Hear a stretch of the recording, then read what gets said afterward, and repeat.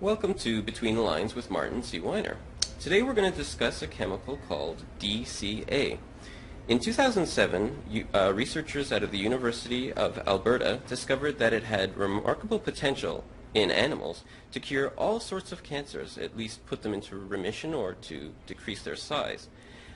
The problem with the drug, of course, is that it's not patentable, and as such, there's been very little attention, if any, from the drug companies. Researchers from the University of Alberta have since solicited private donations, philanthropic donations, to start a human trial, and that news was released just this week with some, again, remarkable results. We have with us today Dr. Akbar Khan and Dr. Humaira Khan from Medicor Cancer Centers, and they administer the drug DCA in what's called off-label, but they administer to cancer patients right here in Toronto, and we're going to discuss the issues of DCA, its funding, and its use. So welcome both. Thank you. Thank you, Martin. Thank you for coming. Dr. Akbar, tell me about DCA in general. What is it? DCA is it's actually a very simple chemical. If you look at the name dichloroacetate, acetate is like acetic acid, which is vinegar, and dichloro, two chlorines, and it actually has sodium in it as well, which is sort of like salt. So in simple terms, it's kind of like salt and vinegar put together. A very simple molecule. Salt and vinegar.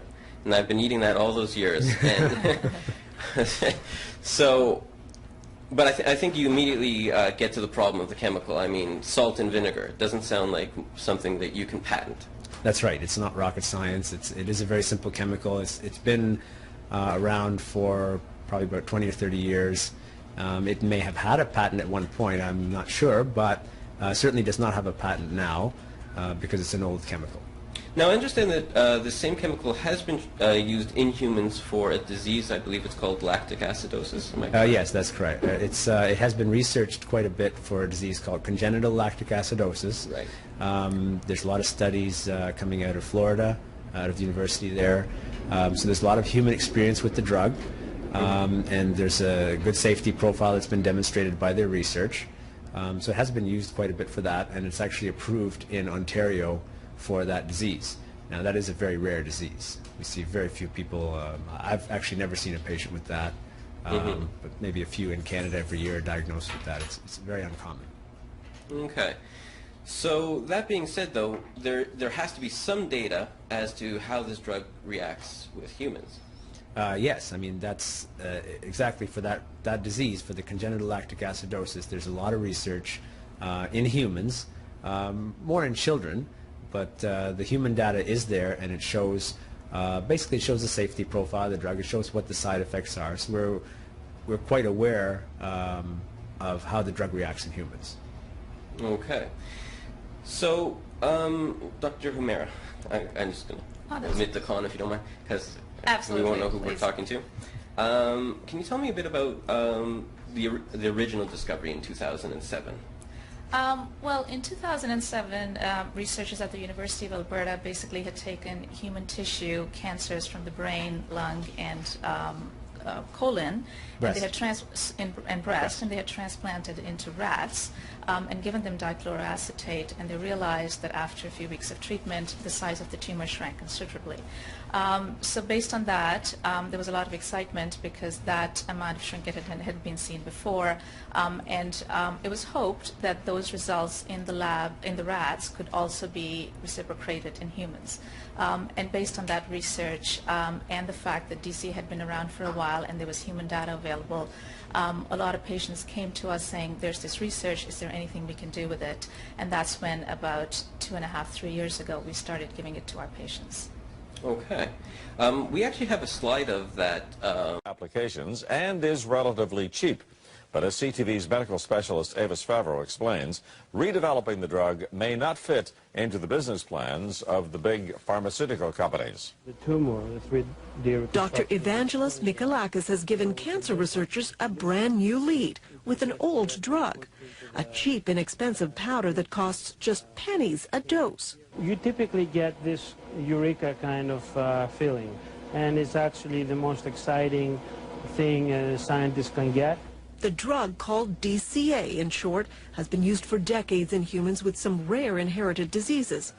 When he added it to the water of mice and rats given human cancers, the results surprised him. And has this big tumor growing in his back. So you can see that even after 3 weeks there is a significant, or 70% decrease in tumor size. It shrunk brain, breast, and lung tumors in the animals in a matter of weeks, and the drug had no side effects, confirmed by tests of DCA in humans for other diseases. This kind of results, to my mind, are as good as it gets. And it seems to work by reviving the energy-producing components of human cells, allowing the cells to work normally again, triggering cancerous cells to commit suicide. Scientists agree that DCA now needs to be tested quickly in human cancer patients. This is exactly what we want, a drug that has activity, but has also minimal side effects for patients. But there's a problem. DCA isn't owned by any pharmaceutical company. There's no patent on it. So on one hand, it could become a very inexpensive new treatment for cancer.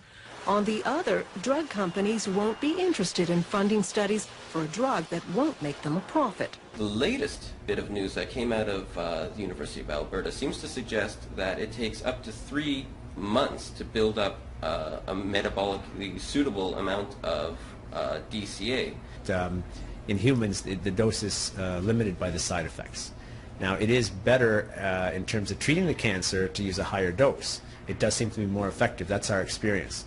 But the limitation is the side effects. So how did you go about coming up with the dosing?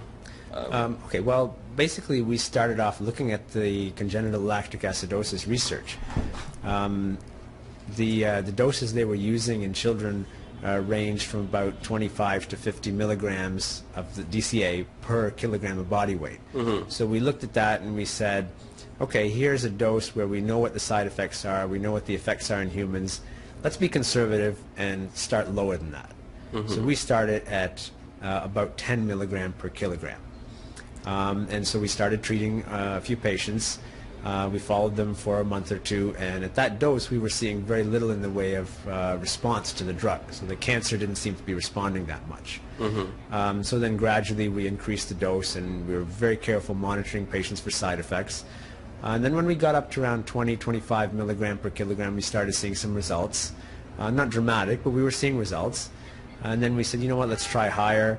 And some of the patients were asking us, you know, please take us higher because, you know, we want to try this. We don't have anything to lose. So we tried higher, around 40-50 milligram per kilogram. And at the higher doses, we definitely saw more response, but we also saw significant side effects. And just for the viewer, what were some of those side effects? You mentioned some neural toxicities, but I mean, what does that really mean? Like, yeah, so what it really means in practical terms is you can get numbness in the tips of your fingers or in your toes. If you ignore that, you can start feeling pins and needles.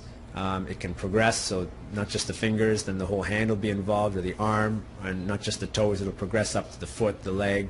And again, if you continue to ignore it, you could get paralysis. Other side effects that we saw were sleepiness, memory problems, confusion, and at the high doses some patients had hallucinations. They were seeing things that weren't there. There were some behavior changes that we were seeing as well, sometimes stomach upset. Now, these side effects, you know, clearly they were significant, so once we dropped the doses down, then we found that we were able to control the side effects. And then there was the other thing that we found was, because the drug, as you mentioned, tends to build up in the body over time, we found that after 2 or 3 weeks, that's really when patients started to get side effects, when the drug was building up. Right. So based on that, instead of doing a continuous treatment, we decided to do an off and on treatment where we would give the drug for 2 or 3 weeks and then give the patients a break. And that allowed the drug to clear from the body, and that helped to minimize side effects. I understand, though, that even in the case of very severe side effects with DCA, they're typically reversible. Is that true? Yes, that's correct. The worst side effects would be forgetting where you are, start seeing things, you know, hallucinations. That would be reversible in a matter of days. The nerve problem, the nerve damage, the Right. so-called neuropathy, that's something that might take weeks or months to reverse, but it is also reversible. But it does reverse. It does reverse. Compare, if you can, the side effects of DCA, statistically speaking anyway, with the side effects of, say, some harsher or some more mainstream cancer treatments. Well, DCA is very, very gentle compared to the other chemos. Patients who've had chemo, they can be pretty much bedridden a lot of times. There's a lot of nausea and vomiting, which is very limiting. Again, hair loss. So a lot of our patients come to us because they don't want the harsh chemotherapy. So I can't really give you like it's 5 to 1, but compared to those side effects, these side effects are very manageable. They're very short-lived, and again, with a proper dose, a lot of them can be controlled. And the other thing which Akbar didn't mention was in terms of the side effects, especially the peripheral neuropathy, he did start giving more supplements, so vitamins B's, alpha-lipoic acid, and that has seemed to help the patient a lot, so we can increase the dose a little bit without compromising the efficacy of the drug and managing the side effects at the same time. So to answer your question, I think chemo is so incapacitating in a lot of patients, whereas DCA is a much gentler and more manageable way of treating the cancer. Mm-hmm. If I may add, the worst side effects that I mentioned to you they don't happen in everyone. So right. The neuropathy, the nerve damage may happen in, let's say, 20 or 30%. Again, it depends on the dose, and the confusion or hallucinations really probably less than 10% of the time. Right. We have a slide of your Right. side effects, and basically it shows that no side effects are present in about 44% That's of correct. people. Yeah. So and these hallucinations, et cetera, seem to be around 2%. So I mean we're Right. So I mean while the side effect itself is pretty severe, it's a very low occurrence. Right. I mean that's based on our dosing and our cyclic treatment and our supplements being given at the same time. We have mentioned briefly on the website is we do have 2 patients who have a complete remission of their cancer. Yes. Metastatic cancer, which had very poor prognosis, and the cancers were growing prior to DCA treatment, and the patients took DCA for about 3 months, Mm-hmm. and they have no sign of cancer, and now they're 2.5 years down the road and they're cancer-free. And those patients, we did not use excessive doses. We did not use 50 milligram per kilogram dose. I believe Mm-hmm. it was closer to about 25 milligram per kilogram. So we know that you can have a dramatic response even with a more modest dose, Mm-hmm. but we don't know who is going to respond that way.